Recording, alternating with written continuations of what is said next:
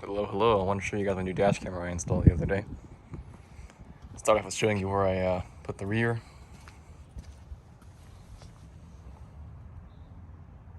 Put a 3M adhesive pad on it and then drilled 2 screws into it so it won't move. The adhesive pad itself probably would have been good enough because of how strong it is, but I want to add some extra protection.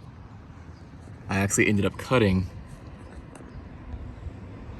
with I forgot what you call those things, into the side of that gasket or the license plate light, the rear license plate light. Cable was too thick to actually pass through by itself, and if I would have put it in without making that little cut, it would have it just would not have worked at all. The grommet would have actually ended up creating a gap much too big for my liking. Also, because of the way the Crown Victoria is in the rear, it has a plate, a metal plate that actually, let me see if I can focus. Yeah, you're not gonna be able to see it. Let me take this off. But there's a plate, metal all the way through, just so people, I'm assuming, can't drill into it to get into your trunk area. But what's funny is if they just take these 2 bolts off, there's a giant hole that's open, so you can just get to it. But I had to drill into my car with the same exact diameter of this cable through the metal plate and then sand it off with a nail file and add some tape to prevent it from chafing. So and I just kind of routed it. I had the cable routed, see it, that's the opening hole. This is actually something else. This is for my lights. But the cable is actually right behind here, yeah. The black one goes down here. Had it slide through this, and that's the cables. Planning on cleaning this up, or maybe just getting rid of this cable. The red one's actually supposed to be tying into your brake light, so that when you activate your reverse, the reverse light sends power, 12 volt of power, to the dash cam, and it automatically turns the back rear camera on for you. But I'll show you how to do that. Normally I just activate it myself when I back up the car. That's the rear one. It does not vibrate whatsoever. It's on there very good. It's also waterproof. It's a 1080p camera with night vision sensor from Sony. The other camera is actually going to be right there. It straps onto your factory mirror. That is a 4K camera, also with a Sony night vision sensor. I'll put all the links in the description and the information about what the name is, because I totally forgot what it is. Go and show you what it looks like. So I have this on a auto dimming setting. In 30 seconds, it turns off, and it actually goes to just a regular mirror. So it's still reflectable. You can still use it as a normal rear view mirror. But when you tap it, it's a big glare. Let me actually get to the settings, turn off the battery saver. There you go. It's a better angle. So, shows you all the options over there. There's a GPS connected to it as well, so I can actually get real-time tracking, which you have an app for it, but it's, for some reason, you can only get APKs, so that's an Android device. There's no IPAs for iOS. There's also a Windows-based app too, but I'm unfamiliar with how to connect to it. I'll figure that out. I'll try to explain it to you guys a little bit later on. There's a time, date, all that good stuff. Tells you the miles per hour too at the top left, or top right. The recording button, always blinking. Always recording, no matter what, even when my car's off. Tap it. You can take photos, you can turn off the audio, because it's broadcasting my audio right now, it's recording it. And then it shows you all the stuff up there when it's not in the options mode. So we'll go into here, we're gonna go to settings. So here's all the settings. You can turn it from 4K to 1080p in the front, or you can turn it to it's only 1080p in the rear. So you have an option for 4K or 1080p in the front, but it's always 1080p in the rear. You can loop record.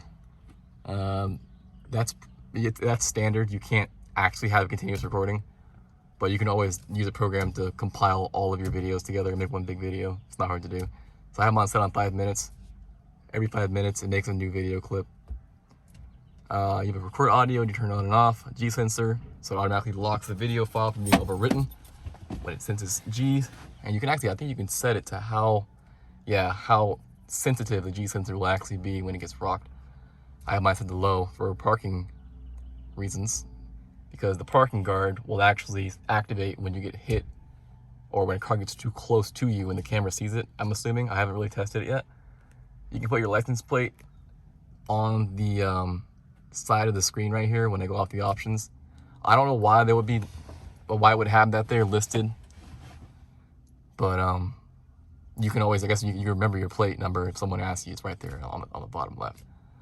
Screensaver is what I just turned off. You can make it so it turns off 30 seconds or 2 minutes, 1 minute, 30 seconds. I have mine off, so it's always on. So because I use this as a rear view mirror with my rear view camera. I don't use my rear view mirror anymore. And you actually have an option from going to encoding from 264 to 265. And 265 is the latest, I'm assuming. Actually, I know that because I used to use Adobe software. So it's really cool to have 265 for an encoding process. Your frequency, the actual display panel actually shows 60 hertz. So this is 60 hertz. It doesn't seem like 60 hertz. I think this menu itself, when you're in the options, is a little bit slower than that. But as far as your reaction times by touching stuff, is 60 hertz. USB mode, you can plug this directly to your computer via USB. It's a USB type A, and that goes to your computer, and I'm assuming you can update the firmware and just straight up download what is on the SD card on this device to your computer, or else I supplied this on the top, and I can be able to see it, but there's 120 gigabyte micro SSD in there. Normally, if you want to get the data out, you have to pull the SD card out, load it to an SD card loader, and put it into your computer. But that's a little hard these days because not every computer has a micro SD slot. You might need to buy a card reader. That's what I'm going to do a little bit later on. Mirror image, I'm assuming that also turns off the ability to use this as a mirror. Not sure, I haven't used it. Key voice, when you press on this stuff, it actually will display a really annoying call sound. I turn that off. Speaker, that turns the volume up. That will be displayed when you do playback options. I'll show you that a little bit in a minute. Boot sound, there's an interesting boot sound when it loads up, but of course mine never turns off because it's always on. You can stream media. That's exactly what it says it is. I just don't know how to use it yet, but that seems like it'd be pretty cool. Language, obviously, time and date, set all that stuff. And a little bit down here, you can format your SD card straight from the device, which is amazing. Set everything to defaults if you messed up on a setting. Check the version, firmware. You can test the GPS. Like I said, there's a GPS antenna over there. Right now it sees 11 satellites, and there's 11 satellites in use. You have a longitude and latitude. And yeah, true speed and everything like that, which is displayed not on the options menu as well. It's just in the standard menu when you're actually driving the car. This is just more detail if you're trying to test some stuff, I assume. Time zone can be changed as well. Yeah, told you the degrees too, which is really cool. The direction can be good. It's pretty much a compass at that point. So we'll tap the screen to get rid of that.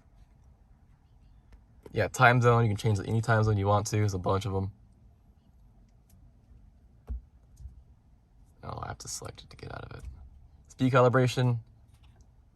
Not sure exactly what that is. It gives you a bunch of numbers. I'll have to look more into that.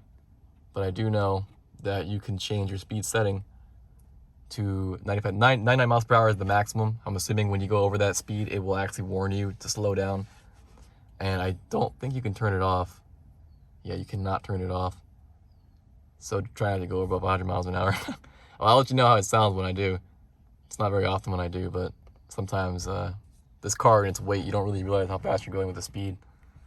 And speed units, you can change it to miles per hour, kilometers per hour. And that's it. That's it for the settings, at least. So we can go back here. This is the front and back view of the camera.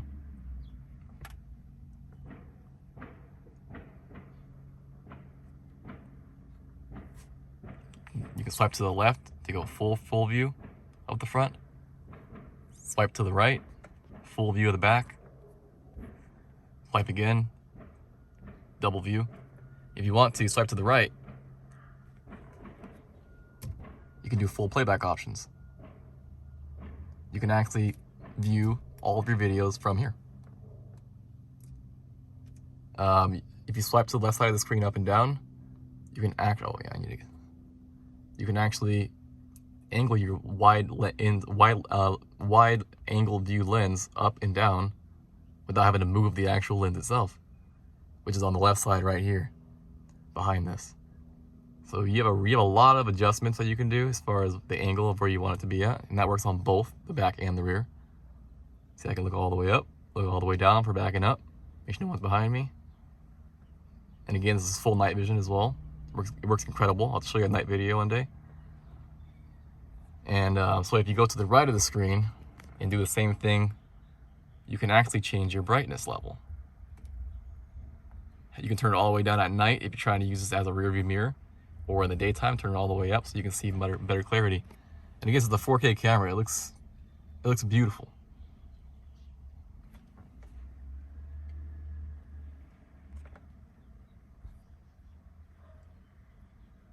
Yeah, and that's it for now.